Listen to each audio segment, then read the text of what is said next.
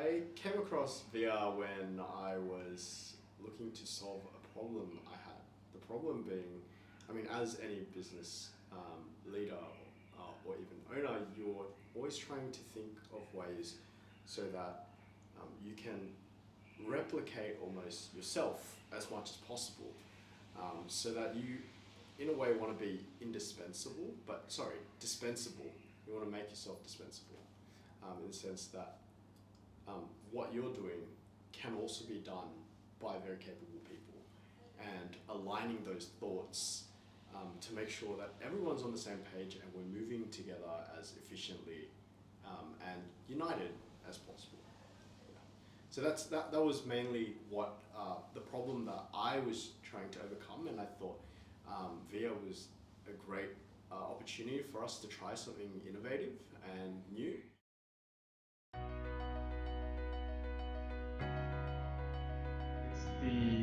It's that in-between period between breathing and getting into flow state, for me was, I think, very, I don't know how to communicate this, but it was a moment of clarity, or it was a good 10, 15, 30 minutes of clarity where I'm like, I'm in the zone.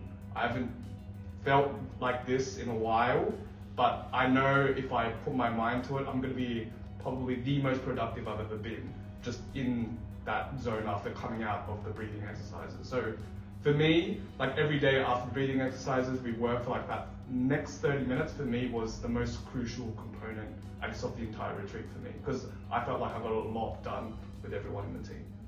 Yeah, I think everyone felt like our energy levels were just more stable, and yeah, we were ready to do our best work after those first few days.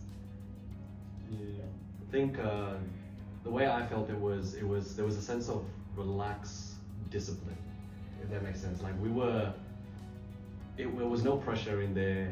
There was just, whatever comes to us, but the answers kind of fall in, and everything, all the decisions that we made, it just made a lot of sense. Since that detox day, I think that's what I noticed. Yeah.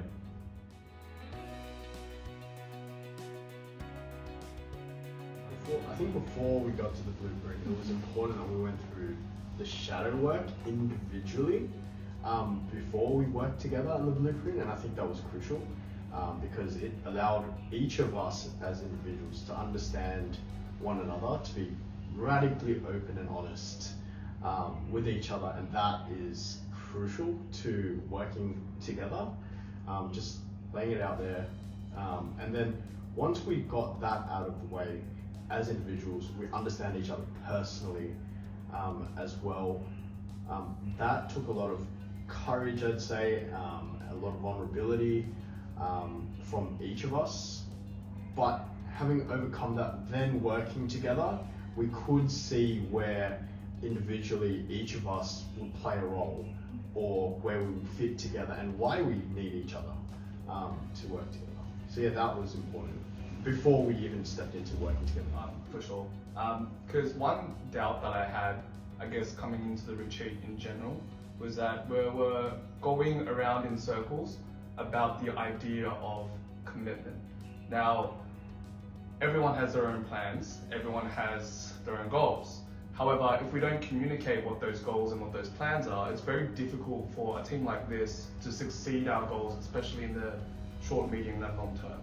And so I think straight after one of our flow sessions, the breathing exercises and going into the flow state, I was like, I'm sorry, but let's talk about this, because there's no reason for us to talk about feel, function, and form if we're not all on the same page about commitment. And I felt like I had the confidence to say that, especially after everything that we went through together up until that point, the detox, and then going through the breathing exercises and the flow state and the self-awareness. And so I felt the confidence enough to talk about it, and then we legitimately just stopped our session and talked about it for the next 30 minutes to get everyone on the same page before we went back.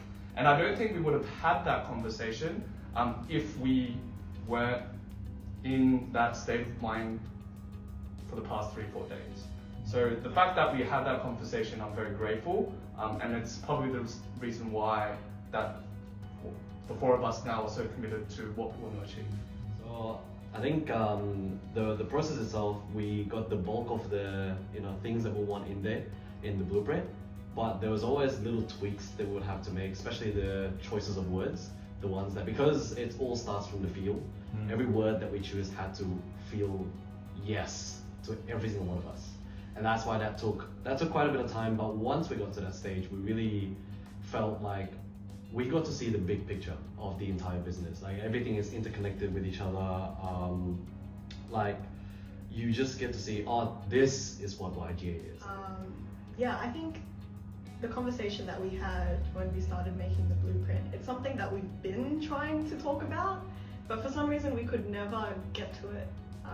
And we never came to this really strong, united understanding of what the business is and what it's going to become.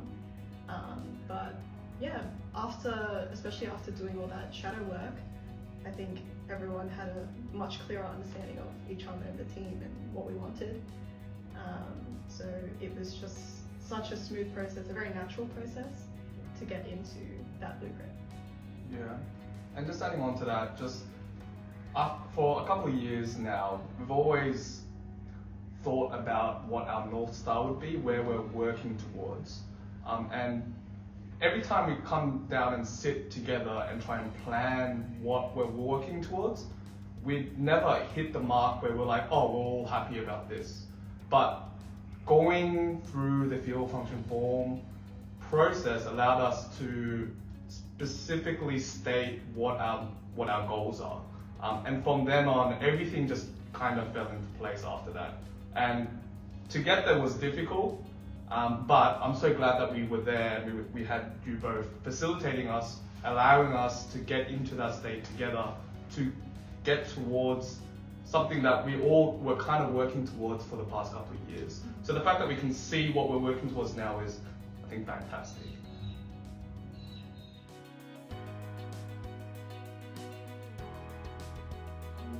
The blueprint has definitely become a very sort of important part of our business now. Everything, all decisions that we make, whether big or small, we definitely refer back to the blueprint first to see if it aligns with what we have come up with. Because we did create that in a state where we were, the highest state that we could, achieve, controlled environment and everything. In general, the fact that we have that now, there's no reason for confusion. There'll be no reason in our meetings where we'll be like, oh, like, why are we doing this? There will be no questions like that. And if there are questions like that, the solution would be the blueprint. Because too often do leaders, business leaders, get to the decision process where they decide exactly what the tasks are down to the granular level, and then hand those tasks off or pass those tasks off. And yes, often there are briefs and details behind those briefs, like your purpose, the description and everything like that. But actually what's lost is in the communication process of that brief, because a lot of what needs to be felt and understood why, and even before you get to the why, the feelings, and then getting to the function, asking like, why are we even doing this? How could we potentially do this? There's more of a sense of not just buy-in from stakeholders as in the project management world, but like also really understanding from a team perspective why we're doing things, how to do it, and that would also open up opportunities to do it even better than had one person just thought the entire process. So as a business leader, you may think that you have the best, but that's not usually the case. There's many great ideas in your organization and it's great to get those out. So to summarize, we often get caught too much in the tasks and the form of how things need to be done, and that, if just passed along, is you lose its meaning and the feelings behind it. And that's why this process is so effective, because it basically keeps the team in the entire loop. And that's probably the